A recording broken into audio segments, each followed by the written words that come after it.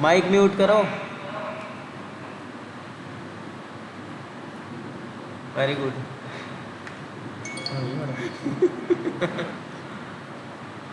खड़े करा दो मैडम, खड़े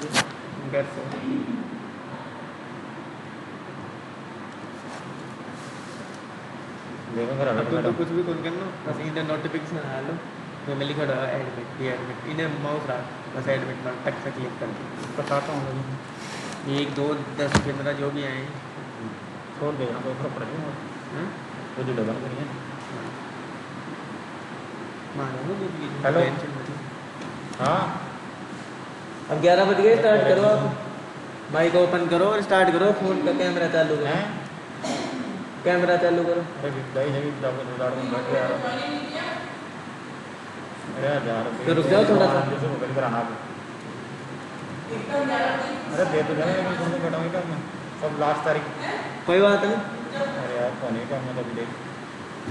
हाँ तो कैमरा बंद कर लो, कैमरा बंद कर लो। लेकिन अब बंदी है, बंदी है। बड़ी टाइम का मारो कोई मीटिंग चालू है, स्टूडेंट बैठा है जरा लागल टाइम पर। हेलो पता कोई से मीटिंग ना पता ना कोई यहाँ से तो बार राजेश को फोन करे या फिर डाउनलोड में कहीं पड़ा होगा ये ले, वो कहाँ डाल के गया है वो मुझे नहीं पता, मैंने बनाया था। ये कौन क्यों क्या राजा दो को दे बड़ी गई तो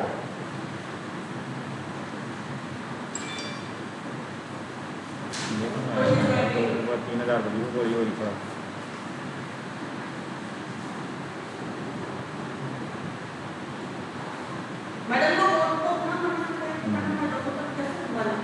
वो ये बोलिए नील है ना, नील को बता दो। मैं क्या करूँ? मैं मांग रहा हूँ ये काम कर चलो काम में लाए कोई बाय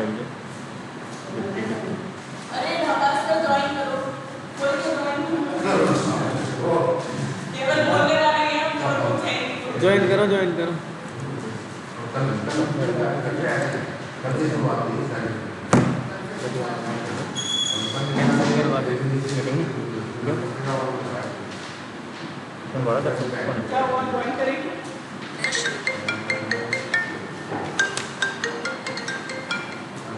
हेलो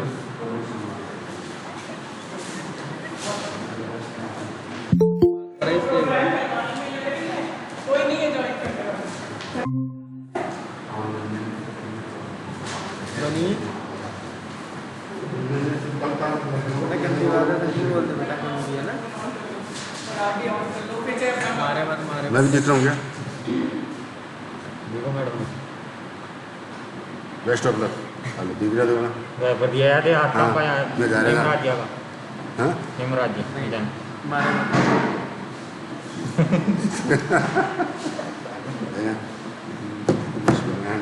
ना की आवाज होती है मैडम पंजाबी आवाज आवाज नहीं आ रही नहीं तो कहीं किधर कहीं गए थे ज्वाइन करो ना। बता दो वो बीजीडी को ग्रुप बोलो ना। बीजीडी का ग्रुप मार से गए मैं बढ़िया है कि भाई अभी कोई गए बोल रहे अब तेजी प्रकार की आएगा।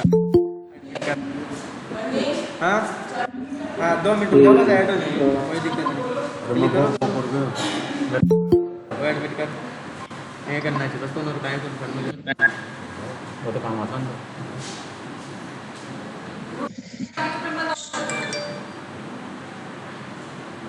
आवाज जुड़ेगा जुड़ रहे बता 3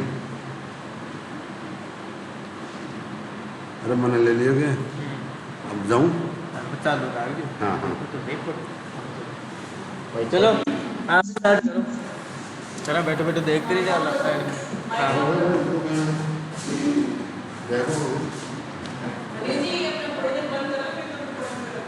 किसको बंद करूँ मैं बंद कर देता हूँ अभी।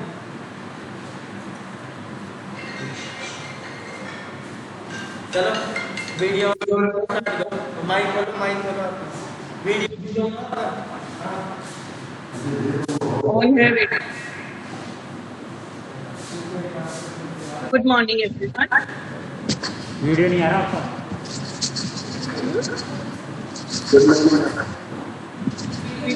वीडियो कौन दिख रहा है मैडम को? यहाँ तो नहीं दिखा ना। Good morning, everyone. दिखा रहा I welcome you all to the 11th webinar of this series of webinars conducted by EDT Government Girls College, है। वीडियो कौन दिख रहा है?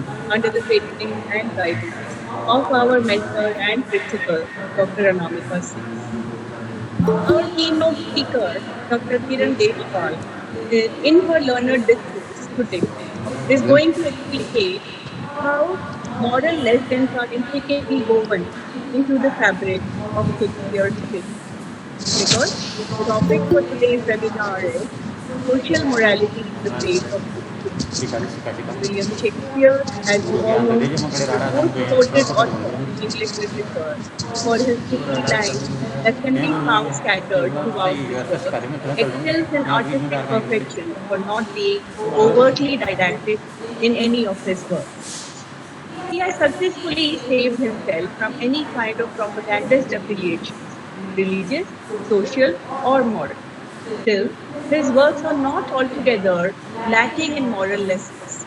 Shakespeare's moral vision is perceptible in almost all of his works, which are just representations of human nature that abound in the glory of practical wisdom and prudence.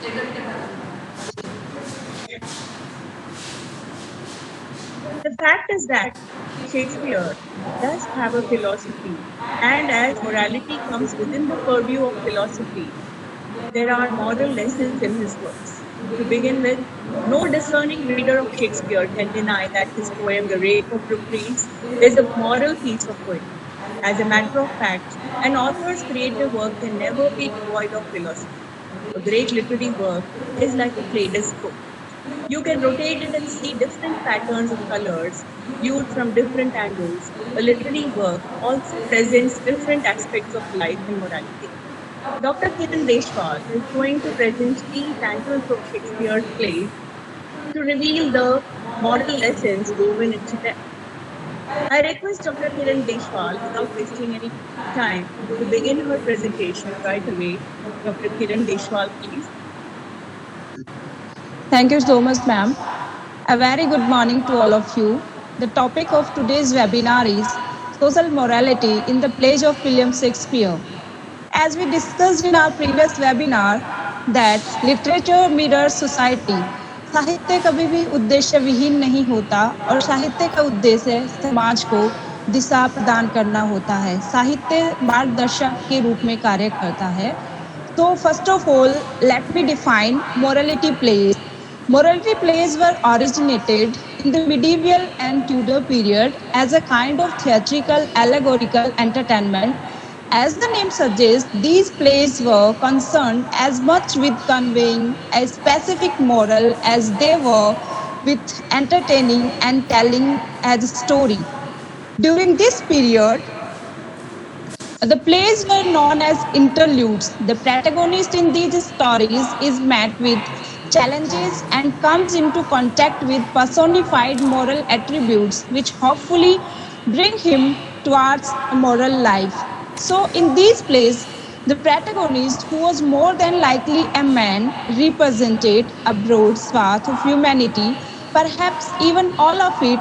His choices help the audience understand their own choices in everyday life. So the purpose of morality play is to give a message to the humankind, to the mankind, that humanity should be concerned. The concern of the writer was to show that 7 deadly sins जो हैं उनको follow नहीं करना है. We have to avoid them. अगर उनमें से किसी एक को भी फॉलो किया तो that can be a cause of the downfall of that character. So characters in morality plays were often traits such as justice, equity, death, and knowledge. Others included discretion, beauty, and good deeds. The morality plays is one of the 3 types of plays that were popular in the 15th and 16th century.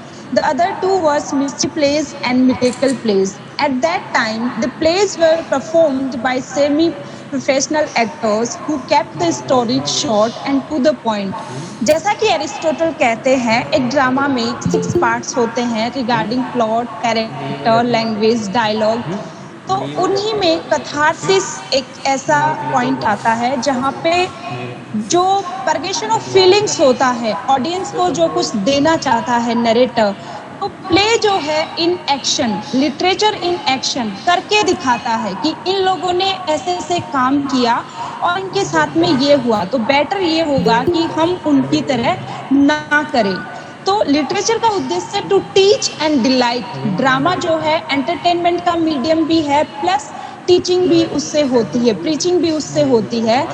As now we are talking about social morality in the plays of William Shakespeare. So, although William Shakespeare was not an author of strict morality plays, as we have discussed earlier, पर जैसा कि सरिता ma'am ने कहा है कि कोई भी creative writing जो है विदाउट किसी प्रीचिंग या मैसेज के नहीं होती। राइटर का उद्देश्य ही ये होता है कि उसके थ्रू वो समाज को कोई मैसेज छोड़े। तो विलियम शेक्सपियर जो है, he drew inspiration from their formats for several of his best known works such as King Lear, Macbeth, Othello, Hamlet, As You Like It, Merchant of Venice, etc. तो As You Like It play जो है उसमें जो character है वो कहता है कि all this world is a stage, ये पूरी दुनिया एक रंगमंच है। यहाँ पे हम सबको अलग अलग रोल्स मिले हुए हैं, हम सब वो रोल्स परफॉर्म करते हैं और जैसा कि कहा जाता है कि जो जैसा करेगा वो वैसा भरेगा, जैसी करनी वैसी भरनी। हमें जो मिलता है वो हमारी मिसडूइंग्स का फल होता है, कुछ अच्छा मिलता है वो हमारे गुड डीड्स का फल होता है। तो किंग लियर प्ले जो है, King Lear makes preparations for his death, King Lear loses his family, his home and even his sanity.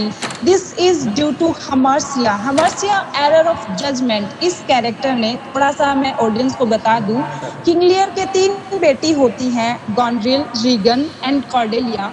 तीनों बेटियों को वो बुला के पूछता है कि तुम मुझसे कितना प्यार करती हो, और उसी प्रोपोर्शन में वो साम्राज्य का विभाजन करता है। विलियम शेक्सपियर कहना चाहते हैं कि एक राजा जो होता है उसे बहुत सेंसिबल होना चाहिए। कोई भी राजा सिर्फ ये पूछ के कि तुम मुझसे कितना प्यार करती हो और उसी हिसाब से साम्राज्य का डिवीजन कर देता है, जबकि जिन बेटियों को वो पालता है, पोसता है, उसे पता होता है कि कॉर्डेलिया उसकी सबसे सेंसिबल बेटी है।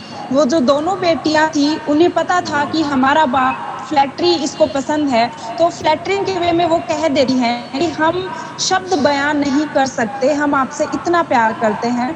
तो किंग लियर खुश हो जाता है। एक राजा को बहुत ही सोच समझ के विचार करना चाहिए था इस बात पे, पर वो फ्लैटरी में आ जाता है। और कॉर्डेलिया जब कहती है कि मैं आपसे उतना ही प्यार करती हूँ as a daughter should do to his father, एक बेटी को अपने पिता से जितना प्यार करना चाहिए उतना प्यार मैं आपसे करती हूँ, वो अपने जिगर के टुकड़े जैसी बेटी से नाराज हो जाता है। इस बात पे कहता है कि nothing comes out of nothing, मैं तुम्हें कुछ भी नहीं दूंगा, और वो उसे उसके अधिकार से वंचित कर देता है। तो पहली गलती किंग लियर यही कर देता है कि वो कॉर्डेलिया जो कि सबसे सेंसिबल थी, she was near to his heart, वो उसी को वहां से विदा कर देता है।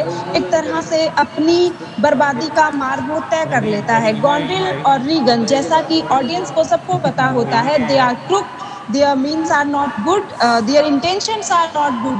Both of them plans to dethrone their father. उनके पिता का सिंहासन वो हथिया लेती हैं और फाइनली लियर को होमलेस कर देती हैं। होमलेस होने की वजह से उसको याद आता है कि मैंने कॉर्डेलिया के साथ गलत किया है, and that's why he has gone mad, वो पागल हो जाता है। तो he loses his family, his home and even his sanity, वो पागल हो जाता है। तो शेक्सपियर कहता है कि there is no redemption for such characters, क्योंकि उन्होंने जो किया वो उनकी खुद की गलती है और उस गलती की सजा वो भुगतते हैं। And as he comes closer to death, जो ही लियर मरने वाला होता है, he learns more about his choices and the mistakes he has made in the past. तो भूतकाल में उसने जो गलतियां करी उसी का प्रतिफल उसे मिलता है। Similarly there is a sub plot in this play in which we have Gloucester and his 2 sons, Edmund and Edgar. Edgar जो है वो पता है लेजिटिमेट सन है, वो गलतियां नहीं करता है। डिस्पाइट नोइंग दैट ग्लॉस्टर जो है एडमंड की बातों में आ जाता है और एडमंड जो है उसके आंखें निकलवा देता है और उसको भी बेघर कर देता है। तो both of the head of the families King Lear and Gloster दोनों ही उस चीज को भुगतते हैं एंड इसके लिए रिस्पॉन्सिबल कोई भी नहीं होता है। Unfortunately for Lear he enters into death with no one by his side, not even good deeds. उनके पास ऐसे अच्छे काम गिनाने के लिए भी नहीं होते हैं। तो Shakespeare's morality plays are nihilistic in a way. There is no redemption for the character in King Lear, not for Cordelia also, because Cordelia ये कहती है, राइटर का ये मानना है कि कॉर्डेलिया सेंसिबल थी, उसे पता है उसका बाप बुढ़ा हो गया है, उसकी खुशी के लिए कह देती कि पापा मैं भी आपसे बहुत ज्यादा प्यार करती हूँ, कम से कम वो तो उसको बचाने के लिए मिल जाती। पर कॉर्डेलिया भी वहाँ पे अहम में आ जाती है कि मेरी बहनें अगर सारा प्यार आपसे करती हैं तो उन्होंने शादियां ही क्यों की हैं। और कॉर्डेलिया इस वजह से, जब कॉर्डेलिया को साम्राज्य में कोई हिस्सा नहीं मिलता तो उसको अच्छा पति भी नहीं मिलता है और कॉर्डेलिया भी वही मौत मारी जाती है आखिर में जो किंग लियर का होता है। रीगन और गॉनविल जो कि हमें पता है दोनों के ही इंटेंशन सही नहीं थे, इसलिए वो दोनों ही जो है उसी दुर्गति को प्राप्त होती हैं। तो शेक्सपियर इसके थ्रू दिखाना चाहता है कि सोसाइटी में गुड डीड्स करना बहुत जरूरी है और गुड डीड्स जब आप करोगे तो you will get good results. अगर आपके इंटेंशंस गलत हैं, जैसा कि महात्मा गांधी भी कहते हैं कि पवित्र साध्य की प्राप्ति के लिए साधन भी हमारा पवित्र होना चाहिए, तो विलियम शेक्सपियर अपने प्लेस के थ्रू यही दिखाते हैं कि गलत तरीके से आप अच्छा उद्देश्य प्राप्त नहीं कर सकते। गलत रास्ता जो अपनाता है उसका अंजाम भी गलत ही होता है। तो मैकबेथ की अगर हम बात करें, Macbeth represents all of human kind while struggling and failing with temptation and fate. उस एम्बिशन ठीक है इंसान में, पर वॉल्टिंग एम्बिशन, ग्रीड, उसके साथ में लालच जब आ जाता है तो वो इंसान का पतन का कारण बन जाता है। ग्रीड, एनवी, एंगर, स्लोथ, ये सब जो है 7 डेडली सिंस वो मनुष्य के पतन का कारण बनते हैं। और मैकबेथ को भी राइटर ने रिडीम नहीं किया। He is not redeemed at the end, but the audience learns various lessons about temptation, repentance and sin. अगर आप में टेम्पटेशन है, वो अपनी बीवी की बातों में आ जाता है। हम देखते हैं कि when the audience first meet Macbeth, he is brave and moral man. उसकी ब्रेवरी के चर्चे हैं हर तरफ से और वो बहुत ही इतना कैपेबल है, इतना एलिजिबल है कि उसके प्रमोशन पे प्रमोशन डंकन करता है। पर ग्रीड उसके मन में जब आ जाता है, टेम्पटेशन उसको जब थ्रोन का हो जाता है, he is brave and moral man admired by many, but as the play progresses and the vices of greed, envy and power become more prevalent, everything changes, हर कुछ बदल जाता है। फिर जो दोनों मिलके सिंहासन हथियाने के लिए डंकन को मार देते हैं, उसकी बीवी जो है उसकी महत्वाकांक्षा को बढ़ा देती है। तो लेडी मैकबेथ जो है वो भी डिपेंडेंस से बचती नहीं है। विलियम शेक्सपियर दिखाते हैं कि she was also involved in that act, that's why उसको भी मौत ही मिलेगी। हर तरफ वो घूमती है कि all the perfumes of Arabia can not Sutton my hands. वो कहती है कि मेरे हाथों पे डंकन का जो खून लगा हुआ है उसकी स्मेल मुझे परेशान करती है। वो रातों को सो नहीं पाती है क्योंकि उसने एक निर्दोष का कत्ल किया था।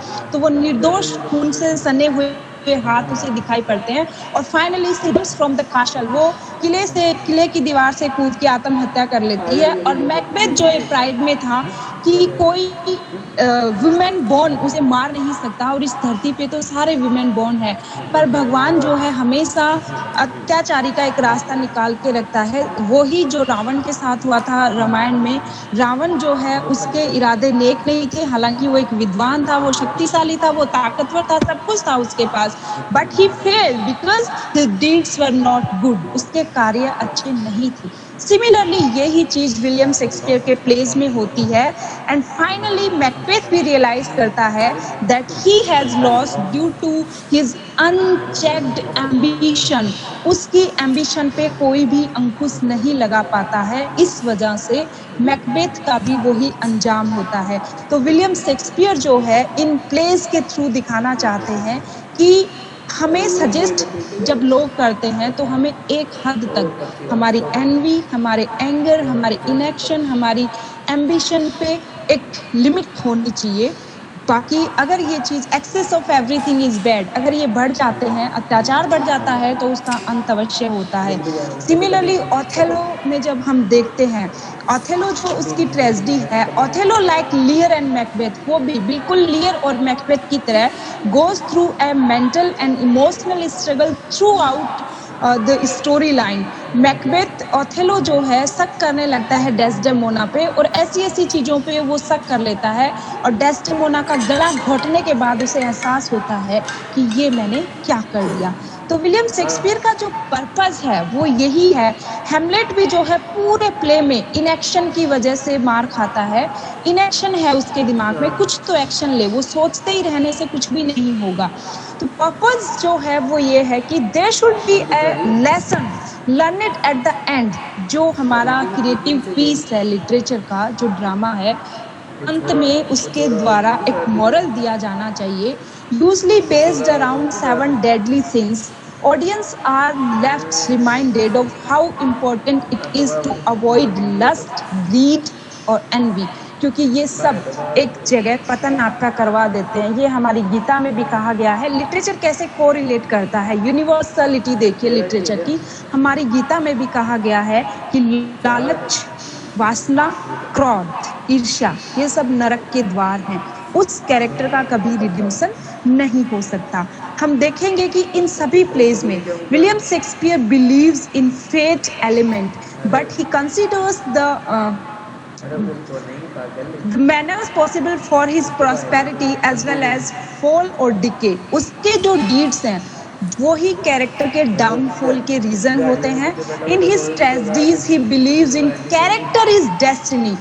कैरेक्टर खुद अपने भाग्य का निर्माता है। वो गलत करेगा उसे कुछ नहीं मिलेगा, वो अच्छा करेगा उसे प्रेज मिलेगी। That is character himself is responsible for his doom, for his downfall, which we call tragic flaw और fatal flaw in the character.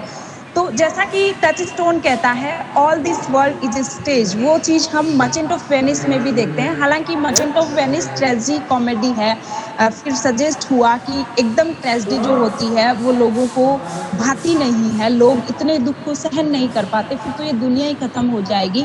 Redemption का एक चांस दिया जाना चाहिए, इंसान में सुधरने की गुंजाइश होती है।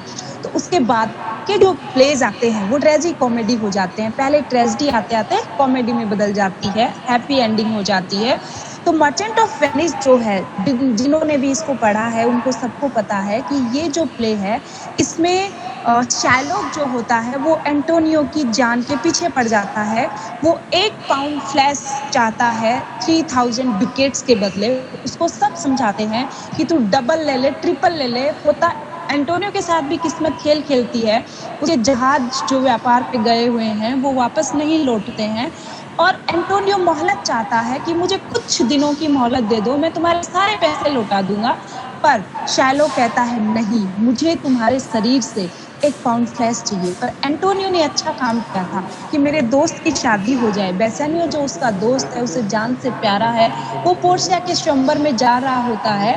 और स्वयंवर में भी विलियम शेक्सपियर बहुत अच्छी बात कहते हैं कि all that glitters is not gold, हर चमकती चीज सोना नहीं होती है। और इसी वजह से मात खाते हैं लोग उसके स्वयंवर में। और बेसानियो पोर्शिया से शादी करके लाता है, पर अनफॉर्चुनेटली तब तक उस बॉन्ड की डेट निकल जाती है। पर शाइलॉक मानने के लिए तैयार नहीं होता है, क्योंकि उसे सिर्फ पहले तो उसे सिर्फ पैसा चाहिए होता है। वो कहता है माई डॉटर, माई डुकेट्स। उसके बाद में उसे जो है सिर्फ और सिर्फ एंटोनियो का फ्लैश चाहिए होता है। एंटोनियो की जान लेने की वो कोशिश करता है इनडायरेक्टली। तो जान लेना और जीवन देना और जीवन लेना तो ऊपर वाले के हाथ में है। उसको इंसान अपने हाथ में लेने की अगर कोशिश करता है तो उसका अंजाम बुरा ही होता है। तो जब विलियम शेक्सपियर एंटोनियो को, शाइलॉक को सब लोग समझाते हैं कि आप डबल अमाउंट ले लो, ट्रिपल अमाउंट ले लो, वो नहीं मानता है।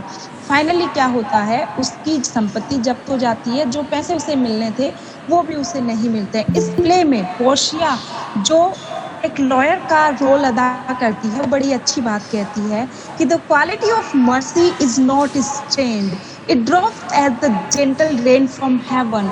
It is twice blessed. Mercy की जो क्वालिटी है वो दो तरह से ब्लेस करती है, जिस पे मर्सी दिखाई जाती है उसको भी, और जिसके लिए ये होती है उसको भी। तो इंसान के दिल में दया भावना होनी चाहिए। यही विलियम शेक्सपियर जो है समाज को प्रदर्शित करना चाहते थे अपने प्लेस के through.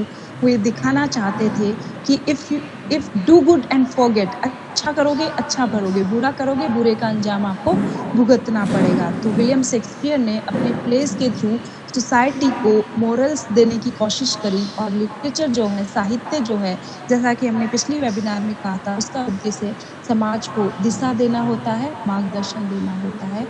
Thank you so much for your patience listening, and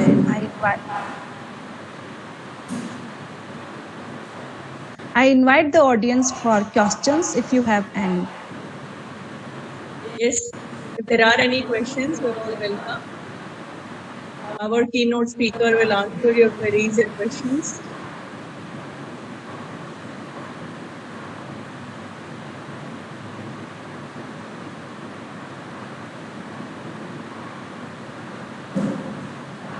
I think there are no questions, Dr. Kiran.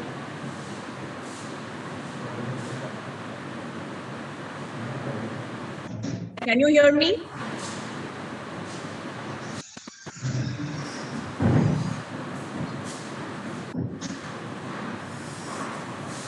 Yes, ma'am. Thank you so much. If there are not any questions, thank you everyone for your patient listening. Thank you. Thank you, Dr. Kiran Deshpal, for illustrating your point in such detail and so beautifully that there is a moral common to all the tragedies that the hero suffers because of some foible or some flaw in his character. Before concluding, it may well be said that William Shakespeare, the unrivaled authority on human nature in English as well as in world literature, has integrated in his plays a deep human wisdom. His wisdom does not induce men and women of his plays to play fair or foul and achieve the desired ends and yet be rewarded in the end. Though it was to some extent the era of poetic justice and the evil was overcome by goodness or in art and literature and in other art forms, Shakespeare does not impose his moral ideas on the readers as did other writers of his times. In his most natural and yet artistic manner, he advocates such prudence and practical wisdom as is value-based. In his treatment of his tragedies and other plays, Shakespeare's supreme concern is establishment of moral order. I think the audience have liked this presentation. Now I take this opportunity to thank my colleague, student, and our technical support